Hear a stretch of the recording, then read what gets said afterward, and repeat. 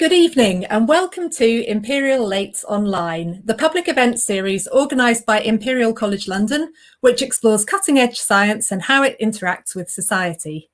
My name is Linda Geddes and I'm a science correspondent at The Guardian, as well as the author of Chasing the Sun, the new science of sunlight and how it shapes our bodies and minds.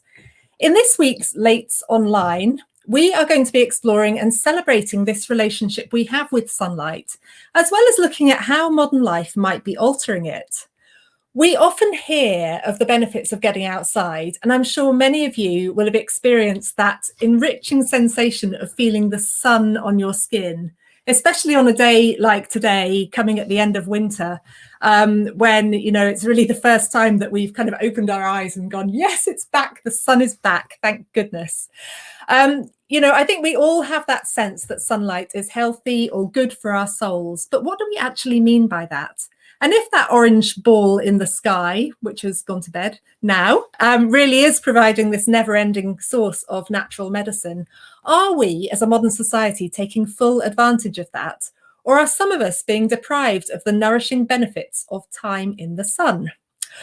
We have a fantastic expert panel joining us to unpack all of this tonight. But before I introduce our speakers, I just want to remind everyone watching at home that this is an interactive event. So please do send us your questions and thoughts in the YouTube chat.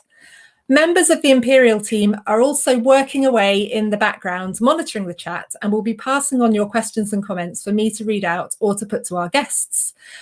Can I also please remind everyone out there to be considerate of each other when you're posting?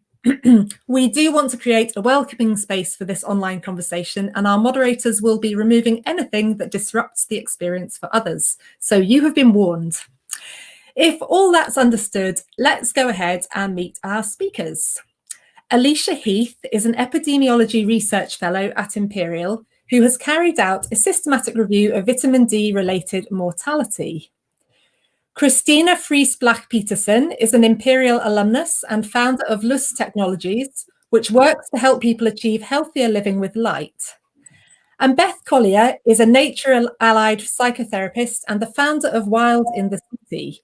Due to a few internet connection issues this evening, Beth is joining us via her phone, which is why she may look and sound slightly different to the rest of our speakers. And if she cuts out and her avatar appears as is the case now, that is why. Okay, so without further ado, let's crack on and start talking about sunlight. So let's kick off by looking at some of those mental and physical health benefits in a bit more detail. Alicia, most people will be aware that vitamin D is important for our teeth and our bone health, but how else can vitamin D levels influence our physical health? Yeah, so that's actually a really good question. Vitamin D is actually a hormone, and it has a wide range of effects throughout our body. So we know that its main function is to regulate calcium and phosphate levels, which is essential for maintaining healthy teeth and bones and muscles. And that prevents rickets in children and osteomalacia in adults. But in addition to those functions, vitamin D has been suggested to be associated with non-musculoskeletal conditions. So things like autoimmune diseases, diabetes, cardiovascular disease, and some types of cancer. We know that vitamin D plays a role in inflammatory processes, as well as regulating cell proliferation and differentiation, which could be important for preventing cancer. And it also has a role in modulating our immune system. And what's really interesting is that vitamin D actually regulates genes. Oh, sorry, did you have a comment? No, I was just coughing. Okay, so vitamin D regulates genes involved in, they actually produce antimicrobial peptides like cathelicidin and defensin. And these are kind of like our natural defense against a wide range of pathogens. So it's quite interesting that vitamin D plays a role in preventing both infectious diseases as well as chronic diseases. And so it really is an essential micronutrient that's required throughout our entire lifetime. Absolutely. And Christina, let's talk about another way in which sunlight affects us, which is via our eyes and the impact of light on our brains. I mean, one of the kind of key things here is circadian rhythms. Why don't you tell us a bit about what they are and how you became interested in this area of research? Yeah, of course, and thank you for having me tonight. So it's only dates back to the 90s, where we located these retinal ganglion cells that sits in the back of the retina in the eye. And we now know that we take in light and time different functions in our brain, different hormone productions. And I think it's quite interesting because we used to think of the sole function of the eye being vision and how we took in light and formatted vision in our brains. But actually now we know that light is the main time giver for our circadian system. And I got really interested in this topic while I was still a student at Imperial. I was doing a project with Intel at the time, and they asked me to solve a problem in future urban environments. And I got really interested in the fact that we're now spending more than 90% of our time indoors in unhealthy and artificial environments. And we don't live in sync with nature, with the sun anymore. We don't wake up with the sun and go to bed with the sun. Because of electrical lighting, we can now stay up all night, and we have this sort of 24-hour society. And only because of these new discoveries, we now know that, getting the wrong type of light at the wrong time of the day has huge impact on our health and well-being, our mental health, etc. Yeah, and you say that Lys Technology aims to help people live more healthily with light, and that our current relationship with sunlight is an example of a lifestyle illness. Can you just explain a little bit more about what you mean by those statements? Yeah, of course. I think also sunlight, we have to remember that even if it's a cloudy day, we're still getting light from the sun. And I think our main sort of starting point was really to get people to go outside more and make the most of natural light outside. We as we say, our mission is to help people live healthier with light. Most people are not really thinking about light as a sort of personal health aspect. They think about what they eat and exercise, and maybe they heard about vitamin D from the sun, but light is not really sort of, maybe because it's so important and so essential for life on this planet, it's not really part of our sort of health calculation. So we identified sort of 3 key steps in our mission, where the first was to create awareness around light's impact on health and well-being and using technology for that. And the next was to help people change behavior, get outdoors more, make the most of natural light, or get closer to a window if you're indoors.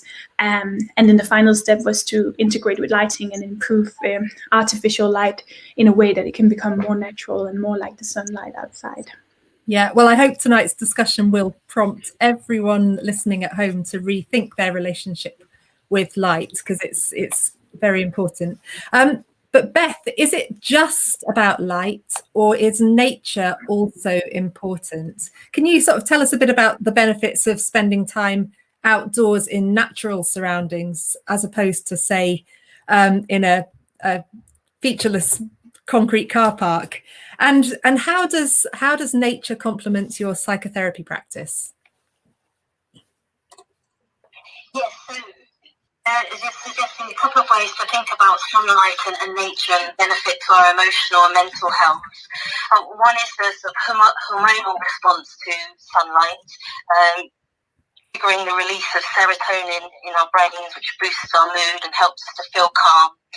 Also, sunlight on the skin releases nitric oxide into the blood, which lowers blood pressure. So if we were stood in a concreted area with sunshine on our skin, it would have these lovely positive calming impacts.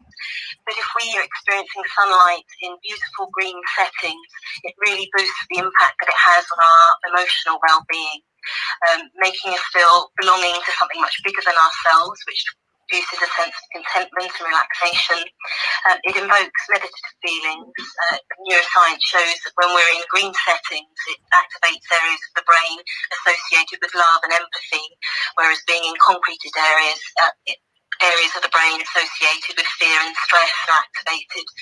So that there's something very calming and connecting happens to us when we're in green spaces.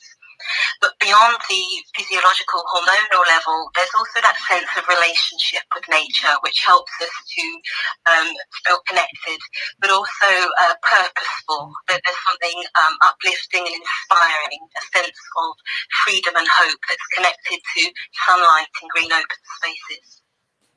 Yeah, I get that feeling when I'm by water as well. I don't know, does water count as nature as well? Absolutely. I mean, one of the optimum spaces to be stood enjoying sunlight would be under a tree, which is releasing phytoncides, which is the tree's natural defense against bacteria and viral attack, but also has a positive impact on both of our immune systems, so improving digestion, sleep and calmness, whilst being by a bubbling stream. The sound of water has been shown to calm us, whilst listening to birdsong. So if you can find a lovely natural scene which has woods, water, birdsong and sunlight, you're really going to boost your health. Okay, fantastic. Well, let's kind of turn to how our modern lifestyles might be impacting some of those natural relationships that we have with sunlight and with nature. Alicia, at the start of the 20th century, I guess kind of starting from the Industrial Revolution, maybe a bit earlier, people started to see this kind of change in the way they lived their lives. People kind of moved from a kind of traditional agricultural way of living to the cities and doing more indoor work. How did that manifest itself in terms of people's health? Well, so the most obvious thing was that there was rickets in children. And also adults can also get a condition known as osteomalacia, where the bones sort of soften. And what was noticed was it was actually known previously in the 1800s that sun exposure for some reason seemed to cure rickets. And back then, no one understood why. It actually seemed quite ridiculous to some people. You know, how could the sun possibly cure a disease? And in the 1920s, it was recognized that cod liver oil could cure rickets. And at the time, they didn't know what the substance in cod liver oil was that could actually have this anti-rachitic property. And vitamin D was the fourth vitamin, or so vital amine, essential micronutrient to be discovered. And so that's why it's D, because it was the fourth.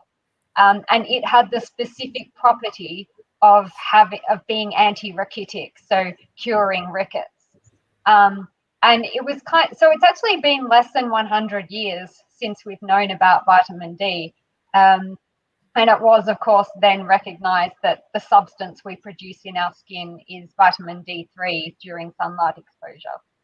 Yeah, and during the 1920s, there was also this craze for sunbaths and sending people, especially with tuberculosis, out to lie in the sun, ideally in the Alps at altitude. What was going on there? How could vitamin D improve their lung health? So we know that vitamin D, well, we now know that there are vitamin D receptors. So that's what the active form of vitamin D acts on. There are vitamin D receptors throughout our entire body.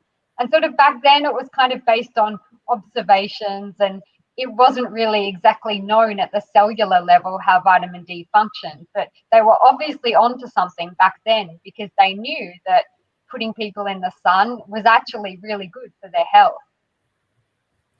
Yeah, okay. And what about vitamin D deficiency today? Do you think that the modern world is depriving us of vitamin D? And are there certain groups who are more at risk than others? Yeah, so absolutely. We're spending more and more time indoors. And when you think about sort of hundreds of years ago, our ancestors were not indoors, you know, they were outside, and we evolved to be in the sun, and we needed sun exposure.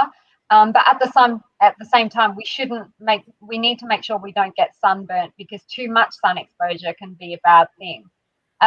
But some people are more likely to be vitamin D deficient because it's much harder to produce vitamin D. For example, one of the main determinants is skin pigmentation. So melanin, which is the pigment in skin that gives it its color, it's actually like a natural sunscreen, and it absorbs UV radiation. So people with darker skin need to spend much longer in the sun to produce an equivalent amount of vitamin D as people with lighter skin. And there are some other factors as well. So actually, as people get older, their ability to make vitamin D declines. And this is particularly apparent once people are aged over 70, because the precursor to vitamin D, which is 7-dehydrocholesterol, that actually declines with age. Another factor is, so vitamin D is actually fat soluble. And so it gets stored in fat tissue. And what that means is there's a correlation between greater body weight and being more likely to have vitamin D deficiency. Okay, and actually, Beth, when we're talking about a black skin there, I wondered if there are other benefits, if there are other barriers to black people and those from other ethnic minorities getting outdoors and into natural spaces. And I wonder whether you think that can exacerbate pre-existing racial disparities in terms of access to mental health treatment. Certainly, people of colour spend less time in nature in the UK than white communities. And I stress the UK because in countries of heritage we're often deeply connected to the natural world. I've conducted extensive ethnographic research looking at people of colour's relationship with nature in the UK and looking at the reasons why we're spending less time. And a huge factor is the fear of racism or the experience of racism. That there's a fear about how we're going to be responded to and treated in more remote areas. I think in sort of post-migration Windrush 40s, 50s, we've negotiated our presence in cities in a way we haven't yet done in the open countryside. 98% of the black population in the UK reside in cities. My experience of first migration, there was a lot of hostility where we tended to gather in cities for a sense of community, to meet our basic needs, people with the same language groups. And we had huge pressures in terms of finding access to employment, getting into education. And as we did that, encountering colour bars, a lot of hostility around responses to our presence. And that's intimidating enough when you're amongst other people of colour. But the idea to go into more remote places with fewer people of colour becomes something that people were often concerned about, to the extent they would generationally pass down the sense of, no, that's not for us. And that view still very much is present among communities of colour, that somehow nature in the countryside is for white people. And it isn't necessarily to do with relationship with nature. It isn't a lack of desire to be connected with nature, but it's about comfort and feeling safe in terms of how people are going to respond to us because of our colour. And am I right, you grew up in the countryside yourself? I did, yes. I grew up in Suffolk on a small holding, so I was very lucky, had a very immersive childhood, roaming the fields and the fens, but part of a very small minority of people of colour that do grow up in the countryside in the UK. And did you experience these problems yourself with racism? And I think you've done some research asking people about their experiences of spending time in the countryside. Maybe you can tell us a bit more about that. Yeah, absolutely. It's quite a surreal experience in that you're in the community but not of the community, never sort of fully part of the culture. So I had an amazing opportunity to really immerse myself and explore my relationship with nature through observation, contemplation, and finding that sense of belonging to the natural world, which I didn't have with the human community. But I was born in the 70s, grew up in the 80s, 90s in the countryside, where you didn't have the internet, for example. You rarely saw yourself sort of represented on television, let alone the community around you. So there is a real experience of isolation for people of colour in nature, and it can be difficult to find a sense of belonging in a community that doesn't quite see you as the same.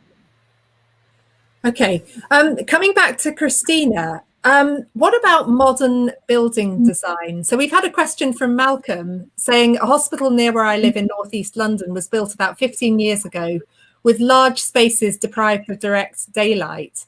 Have building regulations improved since then? And I wonder also, you know, does modern building design have to take some culpability for our reduced exposure to natural sunlight in the modern world?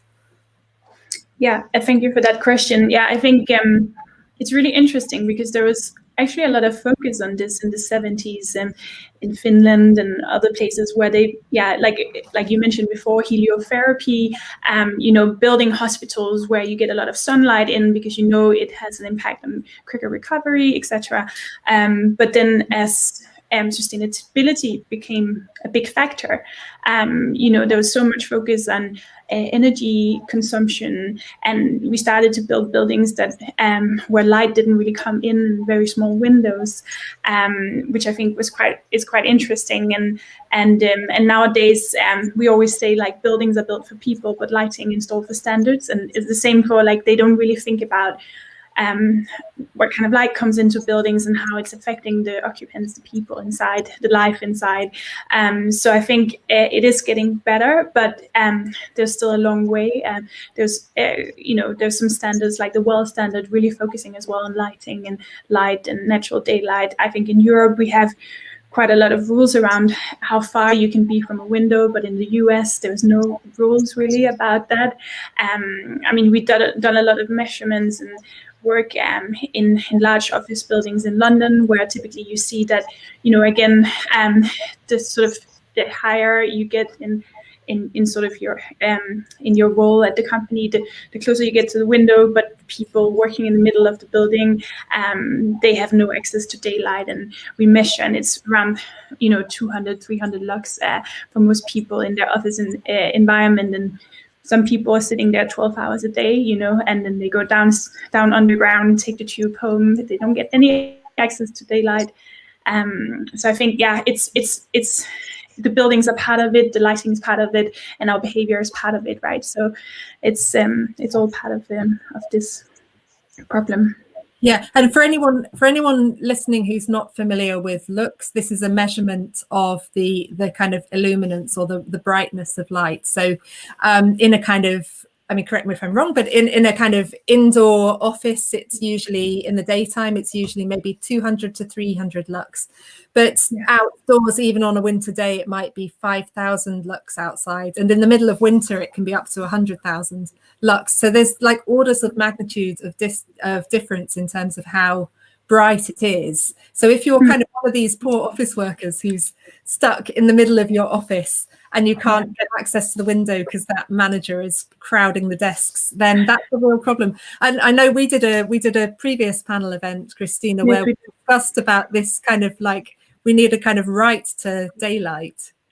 Exactly. Yeah, we talked. Did we also talk about, we talk about 5 fruit and veg per day and, 10,000 steps. In our data, we can see that people on average get around 30 minutes of natural light per day. I think, there should be like at least 1 or 2 hours of natural light per day. People should have that. There should be the right to have that, as you said. Yeah.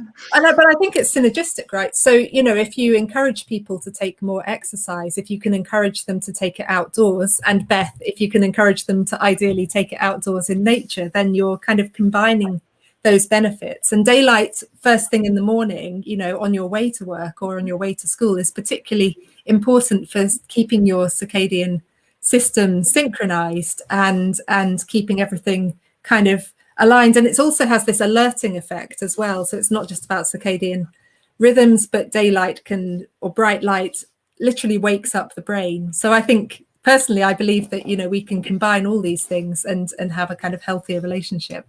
Also, I wondered, Malcolm's question was about hospitals, and there's plenty of research suggesting that hospital patients can have desynchronized circadian rhythms, and that can have knock-on consequences for how they recover from illness and injury. I wondered if you had any thoughts about hospital lighting specifically.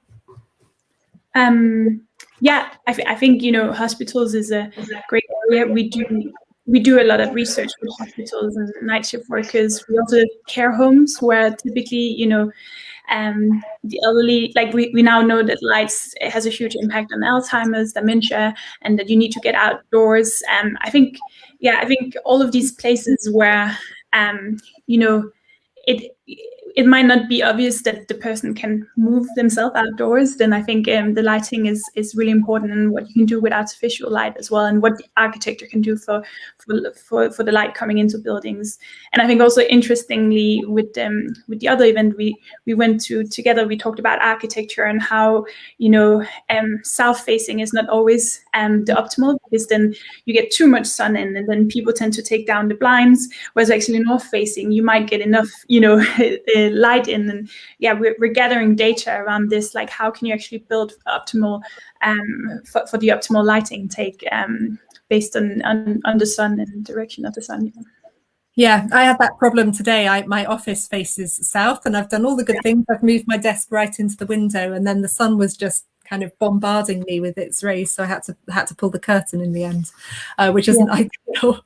Okay, but we're talking about health here, and we obviously can't escape the fact that we're still in the middle of a pandemic. Christina, have you documented or done any research on how our exposure to natural light has changed during the COVID-19 pandemic? Yeah, we have actually. We did sort of a comparison with our data pre-lockdown and during lockdown. And interestingly, we're seeing that people get 14% less daylight during lockdown, and they get 47% more blue light and bright light before bed.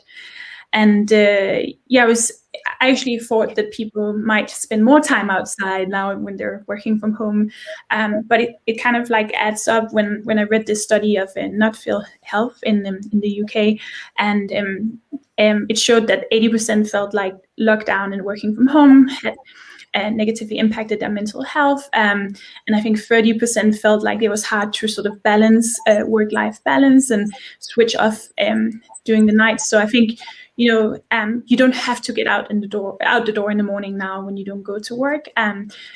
We can see that people are shifting their chronotypes. So with circadian rhythms, we talk about chronotypes. It's in the UK we talk about the night owls and morning larks, but we actually have 7 chronotypes from scientific research, and we can see that people are drifting more towards the night owl. Whereas we always say, you know, we live in this morning person world where people have to work from 9 to 5 or whatever. But actually we can see people tend to wake up later, but maybe they're sort of pushing it, and they don't wake up until they have the first Zoom interview, and then the day passes and you don't get outdoor, and then you might do other things during the day that has nothing to do with work, and then you end up working later on the screen or Netflix time in the evening, and that's why people are getting a lot more blue light at night. But yeah, it was really, really interesting to see that data analysis coming out of the comparison before and after. Yeah, absolutely. And actually, when I was researching my book, I did an experiment working with the University of Surrey, where basically I did this experiment where I was like, what would happen if I tried to cut down on exposure to artificial light in the evening and spend more of my daytime outdoors? And I kind of did this for 6 weeks, and it was, you know, basically cooking by candlelight is tricky. Take home message. But you know, a key thing that we found was that on the weeks where I either cut out artificial light at night or I spent more of my daytime outdoors, my body clock shifted, so I became more lark-like, meaning I felt sleepier earlier in the evening, and also I was waking up earlier in the morning. But I wasn't only waking up earlier in the morning. When I woke up, I was like, oh, it's time to wake up. Brilliant. I feel cheerful. I feel alive and awake, as opposed to normally when my kids wake me up at 7:30 and I'm literally like, what's happening? So you know, it really does have this effect on us. And I agree that I think, you know, the more time we spend indoors, the less we go outside, the less we're forced out first thing in the morning, the more we shift to that later chronotype. And the problem with that, it's not a problem if you can just get up whenever you want, but most of us still have to, you know, be on a Zoom call first thing in the morning, or now the kids are back at school, they still have to get out of the door and meet those social obligations. Alicia, another thing, to do with COVID-19 is there have been various studies that have come out over the last year talking about whether vitamin D might be protective against COVID, or if it could even be used in high levels as a treatment for the infection.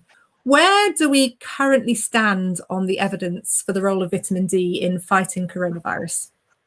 Yeah, so there's been a lot of hype in the media, but at the moment we still don't have enough data to say whether vitamin D is or isn't effective at preventing severe COVID or improving outcomes in people, whether they're hospitalized or even helping improve survival if people do get infected. But what I think this sort of came about because it was very obvious very early in the pandemic that people who are Black or of ethnic minorities were more severely affected. And we know they're also more likely to be vitamin D deficient. And other factors like older people, people with obesity, they were more likely to get severe COVID as well and to die. And so it seems like the factors that are associated with vitamin D deficiency are also associated with more severe COVID. And this sort of pointed towards, well, maybe vitamin D might play a role.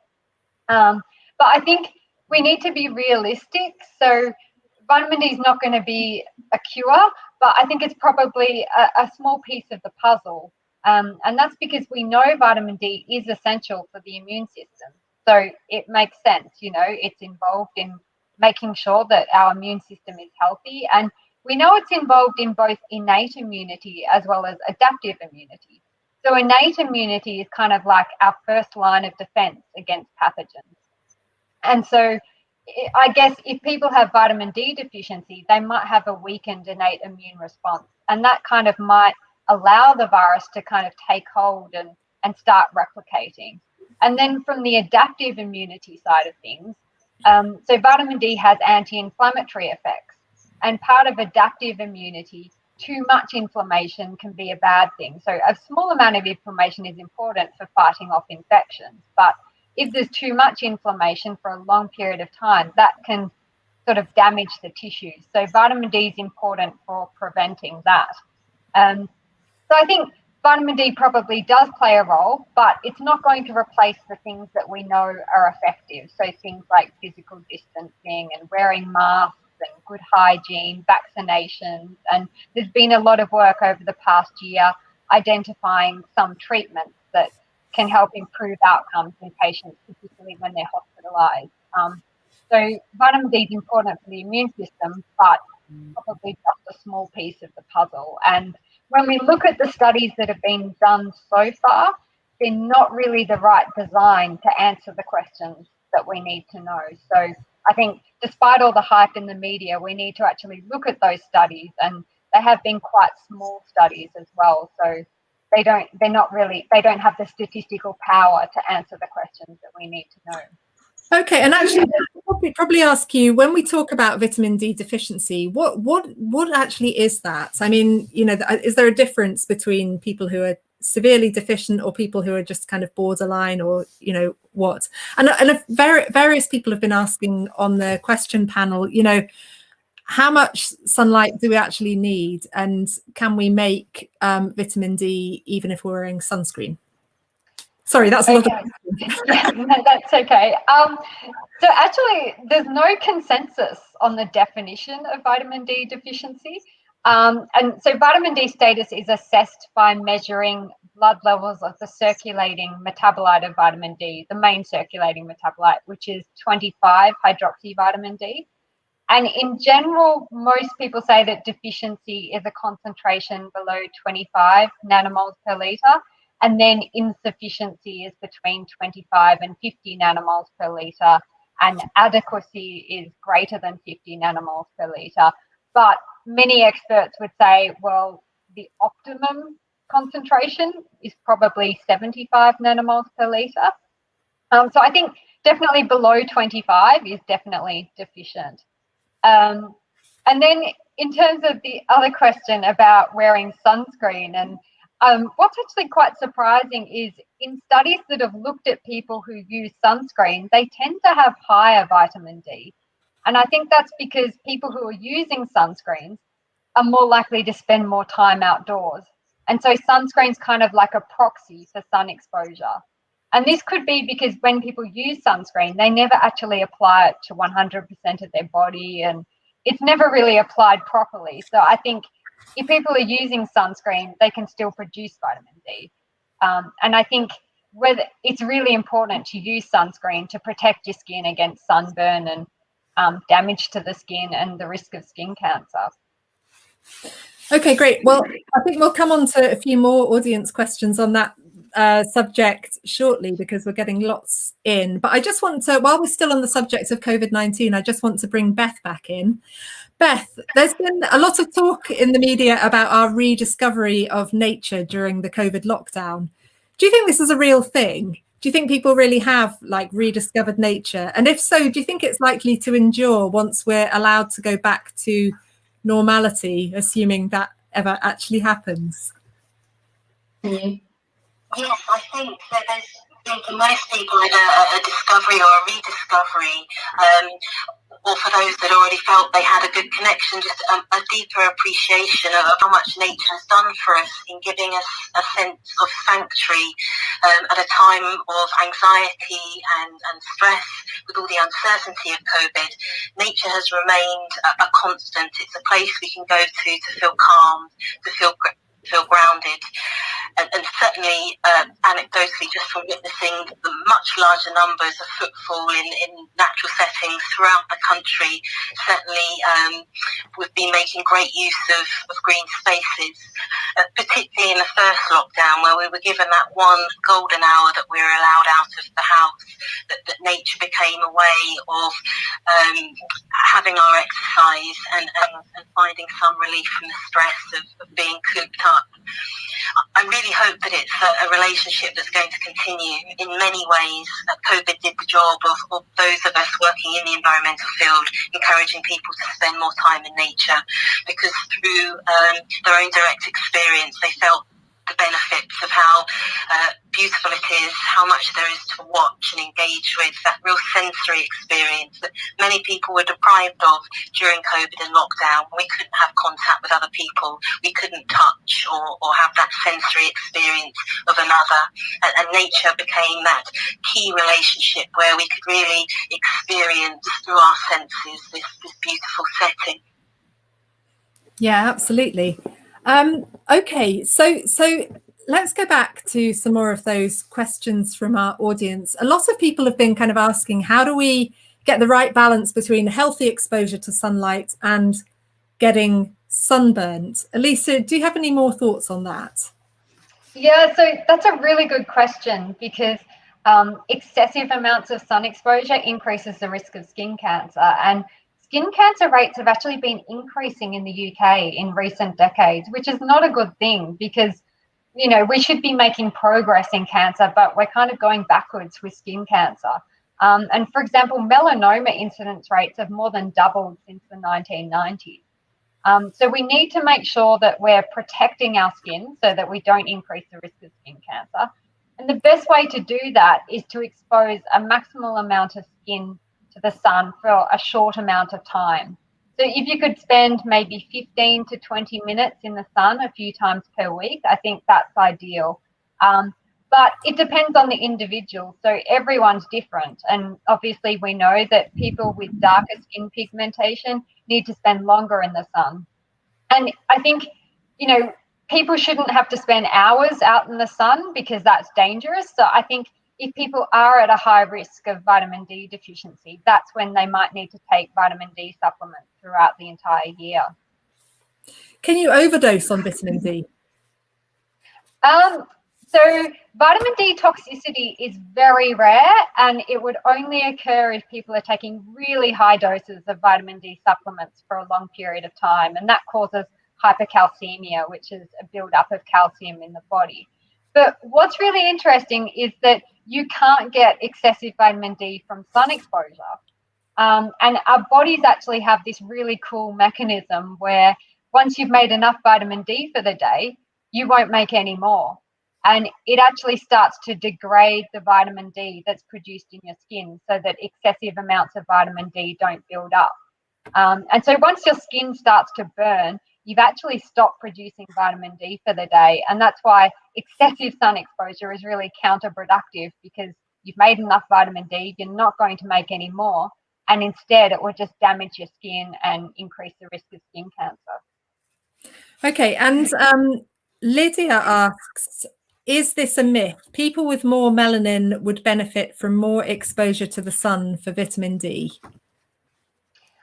So this relates to the skin pigmentation. So people with more melanin have a darker skin color, and that means that they need to spend more time in the sun to get an equivalent amount of vitamin D as people with lighter skin. Okay. Are there any health benefits outside of vitamin D production related to the impact of sunlight on the skin? Maybe, Beth, you mentioned this as well. Maybe I can ask Beth, maybe you want to tell us about nitric oxide and what's going on there? It's released into the blood as a response of sunlight on the skin, and it has the impact of lowering our blood pressure. There's so much in the natural world that has this impact of reducing heart rate, lowering blood pressure, that really makes it a deeply calming experience, which is in direct contrast to our lives in cities or confined at home, which raises our stresses. We'll have higher adrenaline in a concreted environment. And over time, this can lead to burnout and fatigue. And if you're contrasting natural environments and city environments more generally, you find that city environments provoke a response in us that's more similar to survival, evoking our fight or flight. When we're in fight or flight, we either retreat and withdraw, feeling anxiety, feeling fear, or we can become angry and confrontational, which obviously is unhealthy for us as individuals, but also has an impact socially and in terms of family life. So it can be really destructive. There's something deeply healthy about nature, which makes sense because that's what our systems are designed for. Our circadian rhythms are in line with the rhythms of nature. So really, nature is the optimum environment for us as a human species. This is where we belong. So the more time we can spend in this setting, which is geared up for our perfect health, the better. Maybe you could tell us a bit more about Wild in the City and some of the approaches that you're taking to address some of these issues you've raised tonight. Yes, so with Wild in the City, we're supporting urban communities in nurturing a deeper relationship with nature, particularly using an ancestral gauge to tune into the way that our communities of the past would have engaged with the natural world, learning traditional crafts and skills, learning about natural history and wildlife identification, particularly different customs and folklore around plants and animals, which really give a sense of being rooted within a culture and appreciating nature.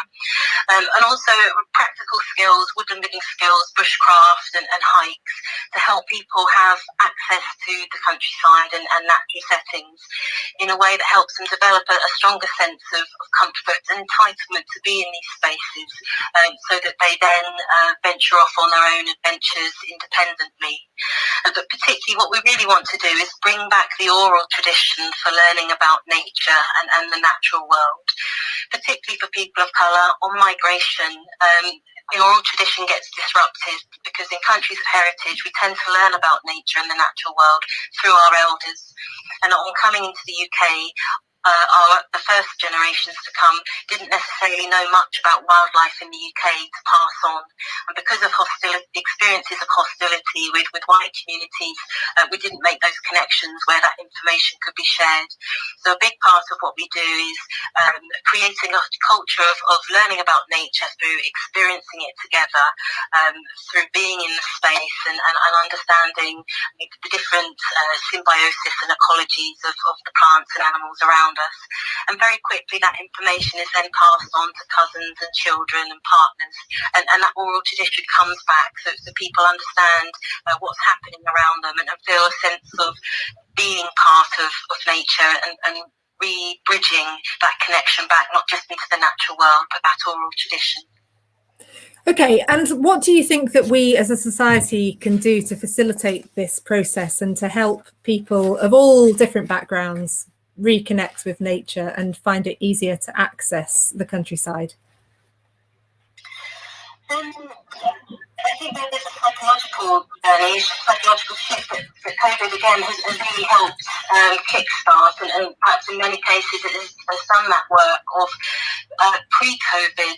There was a huge issue with confinement, funnily enough, although it's been enforced on us this time around, that many people had gravitated towards an indoor lifestyle. So pre-COVID, less than 1 in 10 children played regularly in green spaces. That's half the number of children who played out a generation ago. So there really was a disconnect from the natural world in favour of things like screen time. So just as people have rediscovered nature during the lockdown period, as the other panelists was pointing out, we've also increased the amount of screen time and exposure to artificial light. So in terms of making those first steps of that psychological shift, but understanding how good it can feel to be in nature, how important it is we have that contact, that we have a relationship with nature just as we do with people. And some people have never had that experience to know what nature can do for us, and lockdown has provided people with that connection for those that didn't have it before. And to associate nature with feeling emotionally supported, that it's a place we can go if we're feeling stressed. As part of my work as a nature-allied psychotherapist, one of the real indicators that it's been successful is people saying, you know, I had this difficult conversation to have, so I brought them here to this work, or we went to the park, because they now make a link between being in a natural setting and feeling more at ease, feeling calmer, and it being more comfortable to talk about emotions and feelings. That's interesting. I like that as a kind of takeaway message, that if you need to have a difficult conversation with somebody, then doing it in a natural setting might be a good idea. Christina, have you come across any interesting approaches adopted by any of your clients or any individual companies that you've worked with for how to get more sunlight and maximize those health benefits in our day-to-day lives? Yeah, so typically what we experience of with the users using our app and product is that they find ways to sort of find the healthiest spots in the office. That might be, sitting by the window, doing some work by the window, having lunch by the window, go for a walk and talk when you have a meeting, instead of always thinking that you have to take meetings indoors. There was a study showing that just 10 minutes outside after lunch can decrease afternoon fatigue in the workforce with 42%. It doesn't, small changes can make a huge impact on afternoon fatigue, energy levels, and sleep. So it's just really sort of doing these small changes, get out, maybe. Yeah, as you said, Linda, the light in the morning is super important, because you need to tell your body that now is a new day. So take your blinds, the first thing you do, take away the blinds from the window and get some natural light. Whether you can sort of walk to the next stop with the tube rather than taking the tube right in front of your doorstep, kind of get some natural light. Just small doses of natural light during the day, that is what we see, that type of behavior change is really helping people. Yeah, so little and often, which probably fits, Alicia, with the kind of guidance around avoiding sunburn whilst getting enough vitamin D, this idea of little and often, right? Yeah, exactly. I think sort of short bursts of sun exposure rather than being outside for long periods of time. Yeah, and so just a couple of things that Christina raised there. One of them is about the morning mornings and morning light. Hanif made the comment, morning light and evening light, which is rich in infrared, protects against the harsher UV rays that you get midday. And he says he never burns, even though he's blonde, light-skinned, and spends his early mornings outdoors. I guess, you know, we've talked a lot about the benefits of morning light. And I also, since I did my light experiment, I've kind of become a complete addict to getting outdoors in the early morning and doing some exercise. But am I right, Alicia, that to make vitamin D, the optimal time is around midday? Yeah, exactly. So obviously it depends how far you are from the equator, but generally from between 10 or 11 a.m. in the morning until 3 p.m. in the afternoon is the best time to produce vitamin D. Yeah. And another thing Christina raised was windows and the importance of moving yourself close to a window to get that kind of that alerting benefit of light, and it synchronizes your circadian rhythms. But what about windows and vitamin D? And also, I guess, about the difference between direct light and light that's maybe being reflected. What if you're standing under a tree? All those kinds of things. That's a question from Alfie. So just to kind of summarize, is going next to a window enough, or do you also need to be outside? And if you're outside, do you need to be in direct sunlight, or is sitting under a tree okay? Yeah, so basically the type of UV is UVB that helps you make vitamin D, and UVB actually can't penetrate through glass.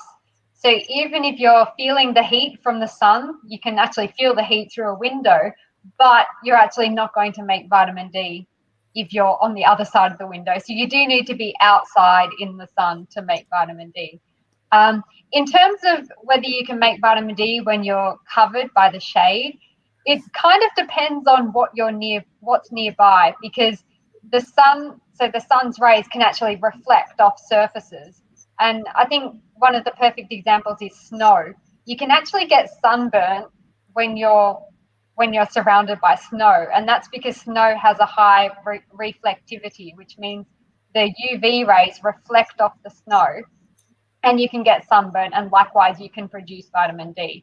And also with water. So people might have noticed that when you're at the beach or near a swimming pool, near water, you tend to get sunburnt more easily, and that's because the UV rays reflect off the water. Talking about snow, actually, I was just reminded, when I was researching my book, I went on a lovely expedition up to the far north of Norway to kind of try and understand a bit more about why it is. So generally, the further north you travel, or further south, basically the further away from the equator you travel, either north or south, the higher the incidence of seasonal affective disorder. But there are a few places that buck this trend, and one of them is this city in the far north of Norway called Tromsø, which is up in the Arctic Circle. And so one potential explanation for this is that people up there have a different attitude to the winter.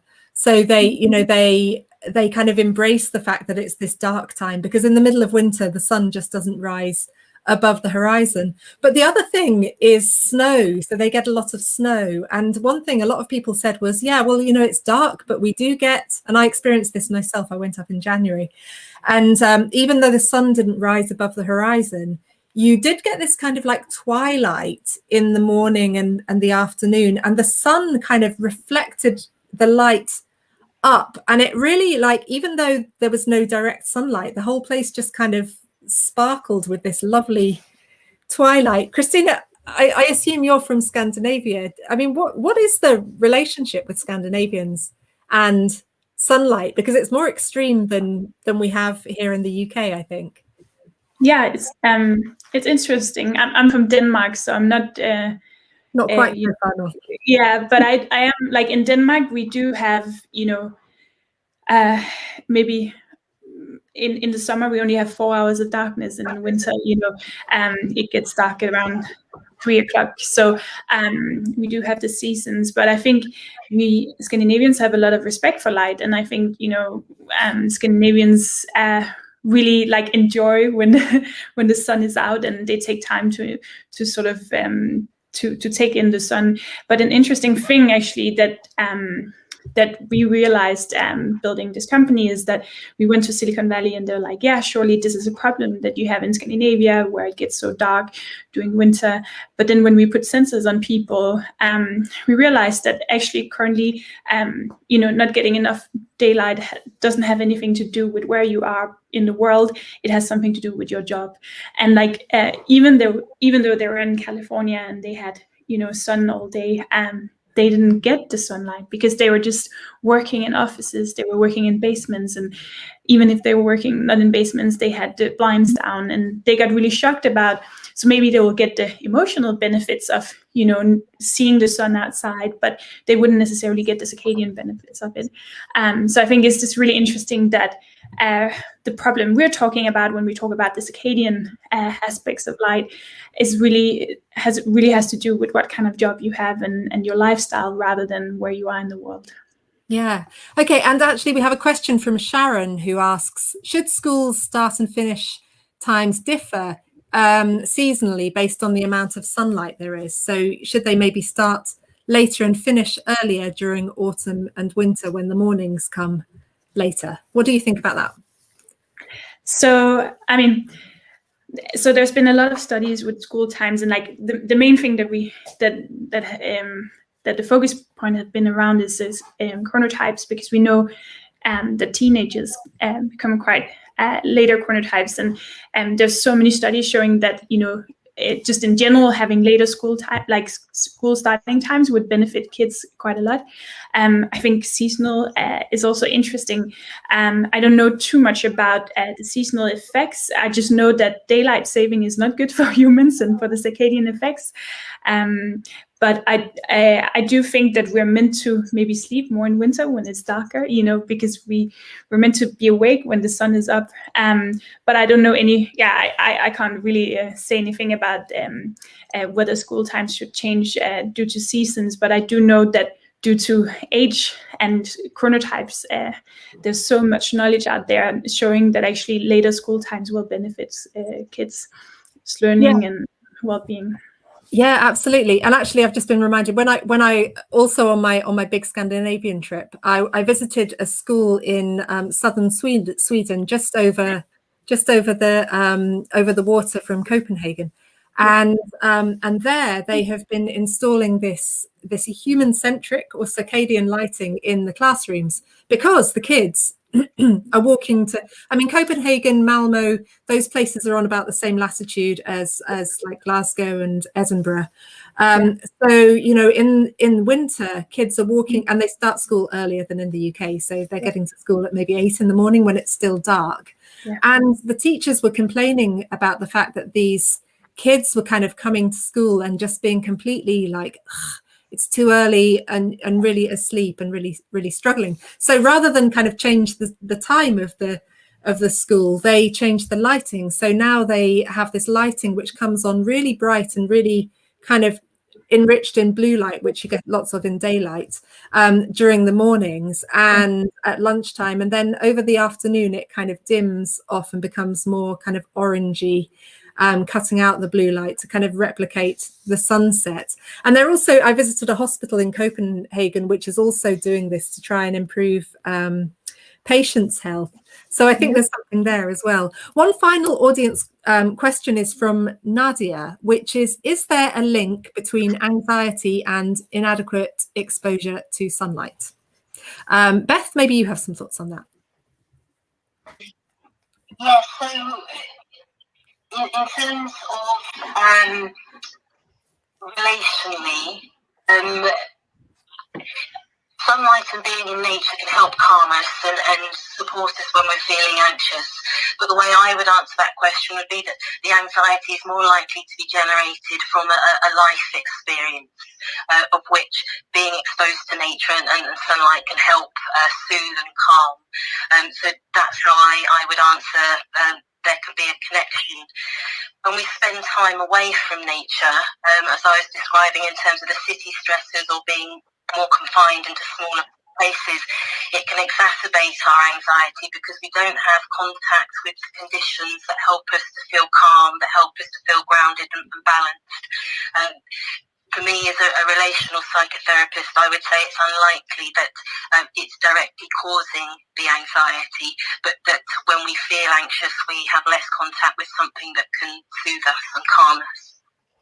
Okay, and we're almost out of time, but just before we finish, I just want to ask each of you briefly what you do in your personal lives to increase your natural light exposure or your connection with nature. Why don't I start by asking Christina? Yes, so for me, it's become quite a big part of my life, as you probably can imagine. And I think for me, it's really about the morning light. It's also about not having, spotlights in your bathroom. So when you brush your teeth at night, you don't get that blue and rich light before bed, but really about spending some time outside during the day, even if you're at work, take that break instead of at the coffee machine, go outside, take 10 minutes, even just sit at a bench outside. It's quite easy and you will have huge benefits. So morning light, a bit of light after lunch, and then avoid the blue light, blue and rich light before bed. Beth, how about you?